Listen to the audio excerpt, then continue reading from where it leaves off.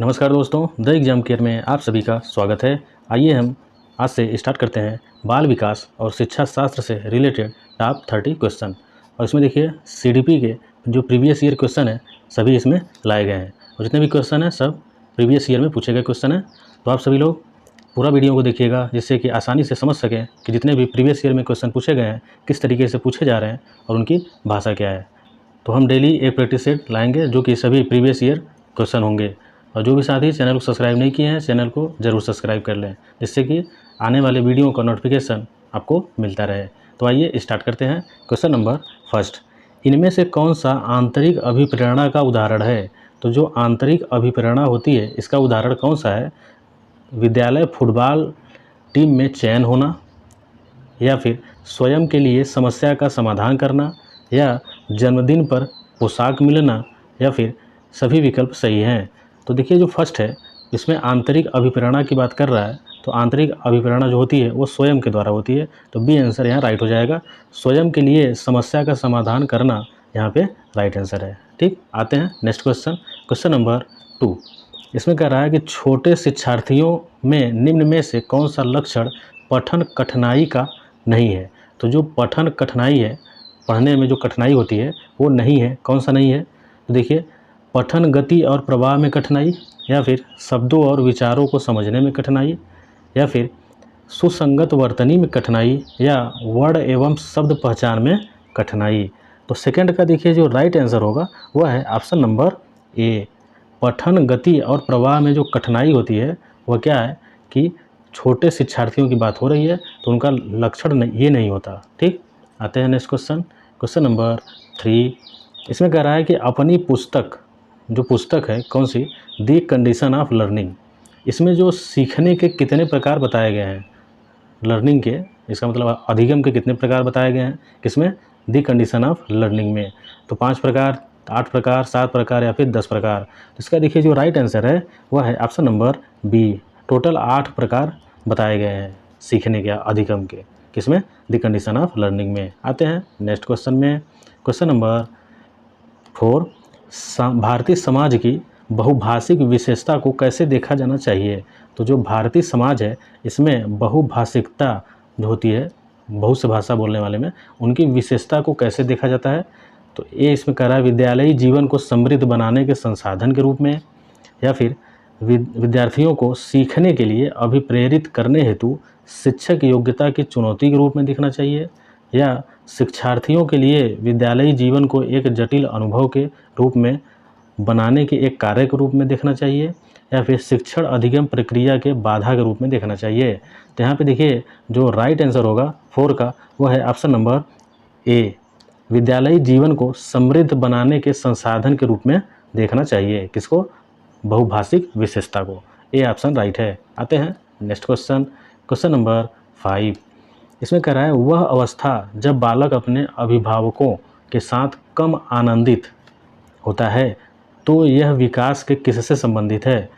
तो यहाँ पे देखिएगा इसमें कह रहा है ऐसा कौन सा अवस्था है जब बालक जो है अभिभावकों के साथ क्या करते हैं? कम आनंदित होते हैं। तो यह विकास किससे संबंधित है? शारीरिक विकास से, मानसिक विकास से, भाषा विकास से, या फिर सामाजिक विकास से। तो 5 का देखिए जो राइट आंसर होगा वह है ऑप्शन नंबर डी, सामाजिक विकास से। ठीक, आते हैं नेक्स्ट क्वेश्चन। क्वेश्चन नंबर 6, इसमें कह रहा है सतत एवं व्यापक मूल्यांकन, 2 तरीके से मूल्यांकन होता है, सतत और व्यापक। तो जो व्यापक मूल्यांकन है यह इस शब्दावली का क्या तात्पर्य है? सभी विषयों का मूल्यांकन करना, सह शैक्षिक क्षेत्र का मूल्यांकन करना, या फिर शैक्षिक और सह शैक्षिक क्षेत्र का मूल्यांकन करना, या फिर सिर्फ शैक्षिक क्षेत्र का मूल्यांकन करना। तो यहाँ पे देखिए जो 6 है इसका राइट आंसर हो जाएगा ऑप्शन नंबर सी, शैक्षिक एवं सह शैक्षिक क्षेत्र का मूल्यांकन करना। ठीक, आते हैं नेक्स्ट क्वेश्चन। क्वेश्चन नंबर 7, इसमें कह रहा है निम्न में कौन सा लक्षण अंतर्मुखी व्यक्तित्व का नहीं है? तो जो अंतर्मुखी व्यक्तित्व का नहीं है वह बताना है। तो नहीं पे ध्यान दीजिएगा। अंतर आत्मकेंद्रित, या फिर सामाजिकता, या फिर रूढ़िवादी, या फिर दबू। तो यहाँ पे देखिए जो अंतर्मुखी व्यक्तित्व होता है वह सामाजिकता नहीं होती है, तो बी आंसर हमारा राइट होगा। बाकी आत्मकेंद्रित, रूढ़िवादी और दबू जो होता है ये सभी हमारे किससे होते हैं? अंतर्मुखी व्यक्तित्व होते हैं, सामाजिकता नहीं होता। आते हैं नेक्स्ट क्वेश्चन, क्वेश्चन नंबर 8। इसमें कह रहा है मूल्यांकन का उद्देश्य निम्न में से क्या है। तो क्या है, बालकों को धीमी गति से सीखने वाले एवं प्रतिभाशाली बच्चों के रूप में लेबल करना होता है, या फिर जिन बालकों को उपचारात्मक शिक्षा की आवश्यकता है उनकी पहचान करना होता है, या अधिगम की कठिनाइयों व समस्याओं वाले क्षेत्रों का पता लगाना, या फिर उत्पादक जीवन जीने के लिए शिक्षा किस सीमा तक तैयार कर पाई है को पुष्ट पोषण प्रदान करना। तो देखिए जो मूल्यांकन का मेन उद्देश्य होता है वह है ऑप्शन नंबर डी, उत्पादक जीवन जीने के लिए जो शिक्षा किस सीमा तक क्या है तैयार कर पाई है को पुष्ट पोषण प्रदान करना होता है। तो डी आंसर यहाँ पे राइट है। आते हैं नेक्स्ट क्वेश्चन, क्वेश्चन नंबर 9। अधिगम के नियम के तहत तत्परता के नियम का प्रतिपादित किसने किया है। तो यहाँ पे देखिए जो अधिगम के नियम के तहत क्या है, तत्परता का नियम किसने प्रतिपादित किया है। थॉर्नडाइक ने, वाटसन ने, पावलोव ने, या फिर वर्दीमर ने। यहाँ पे देखिए जो 9 का राइट आंसर होगा वह है option number A, Thorndike. Edward L Thorndike ने क्या किया है, तत्परता के नियम प्रतिपादित किए हुए हैं। आते हैं नेक्स्ट क्वेश्चन, क्वेश्चन नंबर 10। कक्षा में विद्यार्थियों की रुचि बनाए रखने के लिए एक शिक्षक को क्या करना चाहिए। तो जो कोई क्लास है, कक्षा में विद्यार्थियों की रुचि, ध्यान दीजिएगा, रुचि बनाए रखने के लिए शिक्षक को क्या करना चाहिए, सैंपट का प्रयोग करना चाहिए, या फिर चर्चा करनी चाहिए, कहानी को कहना चाहिए, या फिर प्रश्न पूछना चाहिए। तो 10 का देखिए जो राइट आंसर होगा वह है ऑप्शन नंबर डी, प्रश्न को पूछना चाहिए। ठीक, किस लिए, रुचि बनाए रखने के लिए। आते हैं नेक्स्ट क्वेश्चन, क्वेश्चन नंबर 11। इसमें कह रहा है निम्नलिखित में से कौन सी विधि प्राथमिक स्तर पर शिक्षण के लिए उपयुक्त नहीं है। तो जो प्राथमिक स्तर है इसके शिक्षण के लिए उपयुक्त क्या नहीं है, नहीं पे ध्यान दीजिए, क्या नहीं है, समस्या समाधान विधि, गतिविधि, उपागम, या फिर व्याख्यान विधि, या प्रोजेक्ट विधि। तो 11 का जो राइट आंसर है वह है ऑप्शन नंबर सी, व्याख्यान विधि जो होती है यह प्राथमिक स्तर पर शिक्षण में उपयुक्त नहीं होती। आते हैं नेक्स्ट क्वेश्चन, क्वेश्चन नंबर 12। निम्नलिखित में से कौन सा सीखना स्थायी होता है। तो सीखना मतलब जो अधिगम है, अधिगम के लिए क्या स्थायी होता है, रट कर सीखना, या फिर सुनकर, समझकर, या फिर देखकर। तो देखिए जो समझकर सीखेंगे वो क्या होता है, अस्थायी होता है। ठीक, सी आंसर राइट हो जाएगा। आते हैं नेक्स्ट क्वेश्चन, क्वेश्चन नंबर 13। वह गत्यात्मक बल जो बालक के व्यवहार को ऊर्जा देता है और वह सीखने की क्रिया करता है वह क्या कहलाता है। तो जो गत्यात्मक बल है वह बालक के व्यवहार को क्या करता है, ऊर्जा देता है, और सीखने की क्रिया मतलब अधिगम की जो क्रिया है वह क्या कहलाता है, लक्ष्य, प्रबल प्रेरणा, अवरोध, और सभी विकल्प सही है। इसमें देखिए जो 13 है इसका जो राइट आंसर होगा वह है ऑप्शन नंबर डी, सभी विकल्प सही है। इसका मतलब है कि जो बालक के व्यवहार को ऊर्जा देता है और सीखने की क्रिया क्या कहलाता है, वो क्या हो जाएगा, लक्ष्य भी होगा, प्रबल प्रेरणा भी होगी, अवरोध भी होता है। ठीक, डी आंसर यहाँ राइट है। आते हैं नेक्स्ट क्वेश्चन, क्वेश्चन नंबर 14। मूल्यांकन का उद्देश्य निम्न में से क्या है। तो जो मूल्यांकन है उसका मुख्य उद्देश्य क्या होता है, बच्चों को उत्तीर्ण अनुत्तीर्ण घोषित करना, बच्चा क्या सीखा है उसको जानना, बच्चे के सीखने में आई कठिनाइयों को जानना, उपर्युक्त सभी। तो देखिए जो मूल्यांकन है इसमें इसका आंसर हो जाएगा डी, सभी होते हैं। उत्तीर्ण अनुत्तीर्ण है ये भी घोषित किया जाता है मूल्यांकन के आधार पे, और उसने क्या सीखा है ये भी जानना होता है, और बच्चे के सीखने में जो कठिनाई आई है वो भी जानना होता है।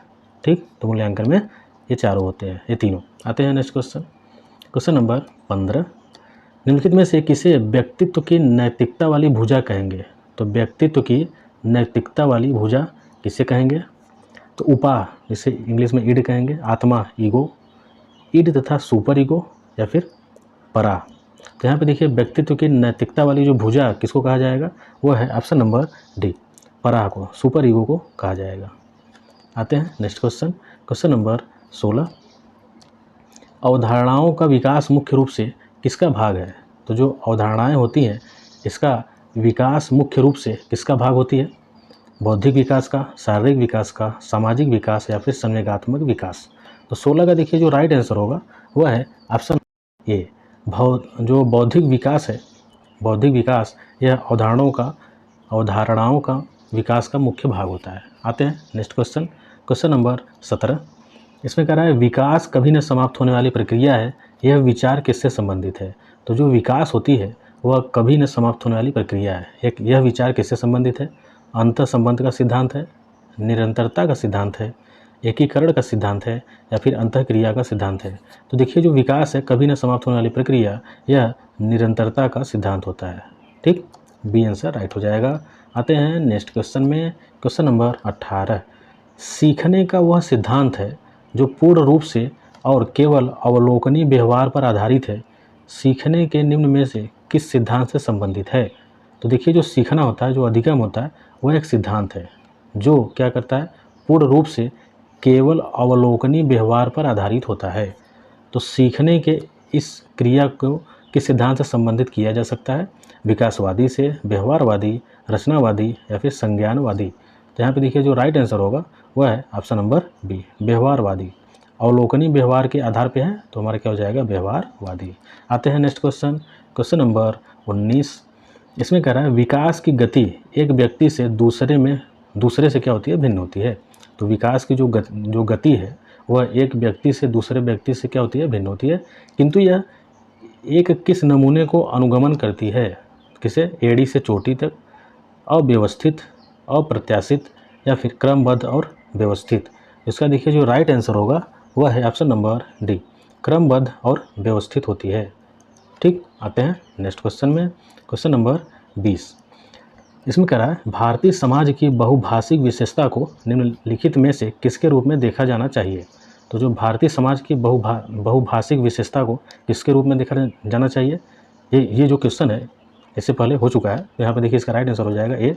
तो बहुभाषिक जो विशेषता होती है वह विद्यालयी जीवन को समृद्ध बनाने के संसाधन के रूप में देखना चाहिए। ठीक, आते हैं नेक्स्ट क्वेश्चन, क्वेश्चन नंबर 21। मस्तकाधोमुखी एवं निकट से दूर का क्रम किस क्रिया का अंग है? तो जो मस्तकाधोमुखी और निकट से दूर का क्रम किस क्रिया का अंग है? चेतना का, विकास का, विवृद्धि का, या फिर संशोधन का। तो 21 का देखिए यहाँ पे राइट आंसर होगा वह है ऑप्शन नंबर बी, विकास का होता है। ठीक, आते हैं नेक्स्ट क्वेश्चन में, क्वेश्चन नंबर 22। इसमें देखिए कह रहा है सबसे अधिक गहन और जटिल सामाजिकरण निम्नलिखित में से कब होता है? तो सबसे अधिक क्या है, गहन और जटिल जो सामाजिकरण है किस उम्र के बच्चों में होता है? किशोरावस्था के दौरान, या फिर पूर्ण बाल्यावस्था के दौरान, या फिर प्रौढ़ावस्था के दौरान, या व्यक्ति के पूरे जीवन में। तो जो गहन और जटिल सामाजिकरण होता है ये देखिए किशोरावस्था के दौरान होता है। ठीक, ये आंसर यहाँ पे राइट होगा। आते हैं नेक्स्ट क्वेश्चन, क्वेश्चन नंबर 23। विकास कभी न समाप्त होने वाली प्रक्रिया है, यह विचार किससे संबंधित है? तो अभी भी मैंने इससे ऊपर कराया हुआ था कि विकास कभी न समाप्त होने वाली प्रक्रिया है, यह निरंतरता का सिद्धांत है। आते हैं नेक्स्ट क्वेश्चन में, क्वेश्चन नंबर 24। पुरुष स्त्रियों की अपेक्षा ज़्यादा बुद्धिमान होते हैं, यह कथन क्या प्रदर्शित करता है? ये देखिए लैंगिक पूर्वाग्रह को प्रदर्शित करेगा। ठीक, तो पुरुष स्त्रियों की अपेक्षा ज़्यादा बुद्धिमान होते हैं, यह कथन क्या प्रदर्शित करता है? तो ये बी आंसर राइट हो जाएगा, लैंगिक पूर्वाग्रह को। आते हैं नेक्स्ट क्वेश्चन, क्वेश्चन नंबर 25। इसमें कह रहा है मानव जाति में विकास कब होता है? तो जो मानव जाति है इसमें विकास कब होता है? किशोरावस्था के अंत तक, बाल्यावस्था के अंत तक, प्रौढ़ावस्था के अंत तक, या फिर जीवन पर्यंत। तो जो विकास है मानव जाति में, जो विकास होता है ना, ये देखिएगा जीवन पर्यंत चलने वाली प्रक्रिया होती है। तो डी आंसर यहाँ पे राइट हो जाएगा। आते हैं 26। क्रियात्मक अनुसंधान का मुख्य उद्देश्य क्या है? तो जो क्रियात्मक अनुसंधान है इसका मुख्य उद्देश्य बताना है, वो क्या है? नवीन ज्ञान की खोज, या फिर शैक्षिक परिस्थितियों में व्यवहार विज्ञान का विकास, या फिर विद्यालय तथा कक्षा की शैक्षिक कार्य प्रणाली में सुधार लाना, या फिर उपयुक्त सभी। तो 26 का देखिए जो राइट आंसर होगा वह है ऑप्शन नंबर सी, विद्यालय तथा कक्षा की शैक्षिक कार्य प्रणाली में क्या लाना है? सुधार लाना। यही हमारा क्या होता है? क्रियात्मक अनुसंधान का मुख्य उद्देश्य। आते हैं नेक्स्ट क्वेश्चन, क्वेश्चन नंबर 27। निम्न में से विकास के कौन सा सिद्धांत गलत है? ध्यान दीजिएगा, गलत बताना है किसका? विकास का जो सिद्धांत है। विकास में व्यक्तिगत भिन्नता होती है, ये तो सही है। विकास संयोगों का परिणाम है, ये गलत है। विकास एक सतत प्रक्रिया होती है, ये भी सही है। यह पूर्व कथन है, ये भी सही है। तो क्या गलत है? तो जो गलत है वो हमारा सही हो जाएगा, वो है बी, विकास संयोगों का परिणाम है, ये नहीं होता, यही हमारा गलत है। आते हैं नेक्स्ट क्वेश्चन, क्वेश्चन नंबर 28। इसमें कह रहा है रक्षा तंत्र किससे निपटने में बहुत सहायता करता है?